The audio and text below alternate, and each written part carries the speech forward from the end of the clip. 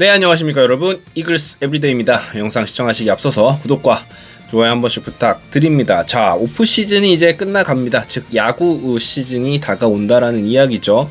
네, 솔직히 말씀드려서 지난해 야구보다 이번 오프 시즌이 더 재밌었죠, 우리 한화 이글스 팬 입장에서는. 그래서 사실 이제 천국과 지옥을 오간, 좀 더 정확히 말씀드리자면 지옥에서 이제는 정말로 가수로 떡상한 손혁 단장. 그래서 사실 손혁 단장님만 이야기하는 부분이 많은데 박찬혁 사장도 뭐 같이 함께 이제 이렇게 묶여야겠죠.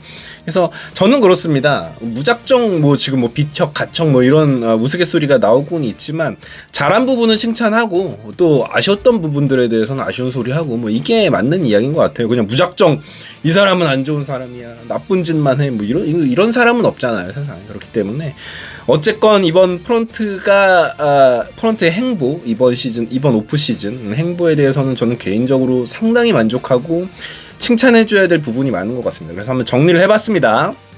자, 시즌이 끝나기가 무섭게 한화 이글스는 외국인 선수 이야기들이 계속 들려오죠. 11월 초중 해서 말이죠. 그래서 아주 빠른 타이밍에 요나단 페라자 선수를 영입을 합니다. 지난 시즌 오그레디, 닉 윌리엄스, 거기에 이제 버치 스미스까지 이제 실패를 하면서 외국인 잔혹사에 시달렸고, 악플에 시달렸고, 뭐 피켓 시위에도 시달렸고, 이글스 에브리데이의 독설에도 시달렸던 손혁 단장님, 그리고 한화 이글스의 프런트가 빠른 타이밍에 이제 트리플 A에서 좋은 볼산비와 또 극강의 배트 스피드, 그리고 타구 속도를 갖춘 요나단 페라자 선수를 영입을 굉장히 빠른 타이밍에 했어요. 그래서 이제 현재 캠프에서의 모습만 놓고 보면 선수들과 굉장히 잘 어울리기도 하고, 연습하는 배팅 보면 진짜 악소리 납니다. 배트 스피드 정말 빠르고요.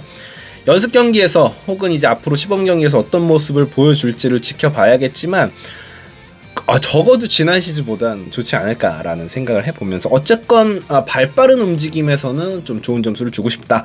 그리고 한국 시리즈가 종료한 직후에 열린 FA 시장에서 안치홍 선수를 굉장히 빠른 타이밍에 영입을 하게 되죠. 사실은 안치홍 선수가 영입된 타이밍만 놓고 보면 FA 시장이 일사천리로 진행되나 보다 싶었는데 그렇지 않았습니다. 즉 안치홍 선수 영입에도 굉장히 발빠르게 움직였다라는 것이죠. 근데 거기서 저는 굉장히 감명을 받은 게 전준우 선수 영입 전에도 뛰어들었다는 뉴스가 막 들려왔어요. 그 전전날 막 그렇게 말이죠. 그래서 일각에서는 이런 이야기도 있습니다. 전준우의 몸값을 올려놓고 롯데 자이언츠의 셀러리캡 유동성을 좀 막아놓은 다음에 안치홍 선수를 영입할 수 있는 유리한 고지를 점령한 것이 아닌가라는 생각이 들 정도로 굉장히 좋은 움직임이었고, 안치홍 선수를 4년 47억 보장에 뭐 뮤추얼 계약 뭐 이렇게 해서 6년 계약을 따냈는데, 사실 안치홍 선수 딱 영입했던 그 시간만 생각해보면 사실 한화 이글스는 중심 타선이 굉장히 약한 팀이고 타선의 뎁스가 약한 팀인데 안치홍 선수를 영입을 하면서 사실은 프론트의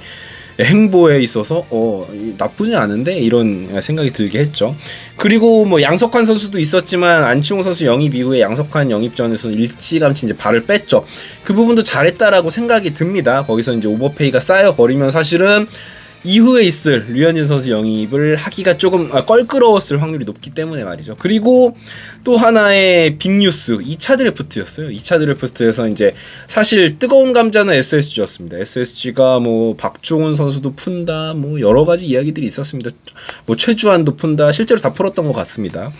그래서 한화 이글스는 LG의 이상규, NC의 배민서, 그리고 하위 라운드에서 무려 SSG의 김강민 선수를 영입을 하게 됐죠. 굉장히 논란이 많았던 이야기였고, 실제로 그 사건 때문에 SSG의 팀 분위기 자체가 굉장히 안 좋아졌다라고 전해졌죠.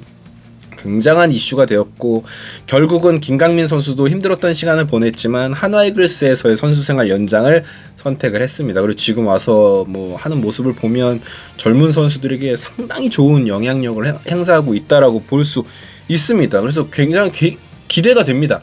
김강민 선수가 막 홈런을 20개씩 때리고 막 3할 타율을 치고 이런 게 기대되는 것이 아니라 팀에 있음으로 인해서, 김강민 같은 베테랑이 있음으로 인해서 이어지는 분위기라는 게 있거든요. 여러분 지난 시즌 최은성을 영입하면서 어떤 효과가 있었는지를 다들 보셨잖아요. 재작년에 하주석 선수가 리더로 있으면서 팀이 어떻게 정말 모래알같이 되는지를 볼 수 있었고, 하주석 선수 욕하는 게 아니라 그만큼 베테랑이 중요하다는 이야기이고요. 그리고 나서 또 베테랑 포수 이재원 선수를 영입을 했죠. 그래서 전성기 포수 공격력만 놓고 보면 리그 상위였던 이재원 선수를 5천만 원에 이제 영입을 하면서 역시나 백업 포수 박상원의 약한 공격력을 이제 메꿔주고 또 경쟁을 유발하게 되었죠. 박상원 선수는 사실 별다른 노력을 하지 않아도 최재훈 선수의 백업 1군 포수가 그 스팟이 보장이 됐던 선수였는데 이재원 선수가 오면서 본인도 더욱 노력해야 되는 상황이 되었다라는 부분입니다. 그러면서 여름에 전역하는 허인서 선수 복귀 이전에 포스 뎁스가 나름 이제 강화됐다라는 부분에서, 그리고 또 역시 젊은 선수들을 이끌어줄 수 있는 베테랑을 추가했다라는 부분에서 굉장히 고무적인 영입이었다라고 볼 수 있고요. 그리고 장민재 선수와 또 재계약을 했죠.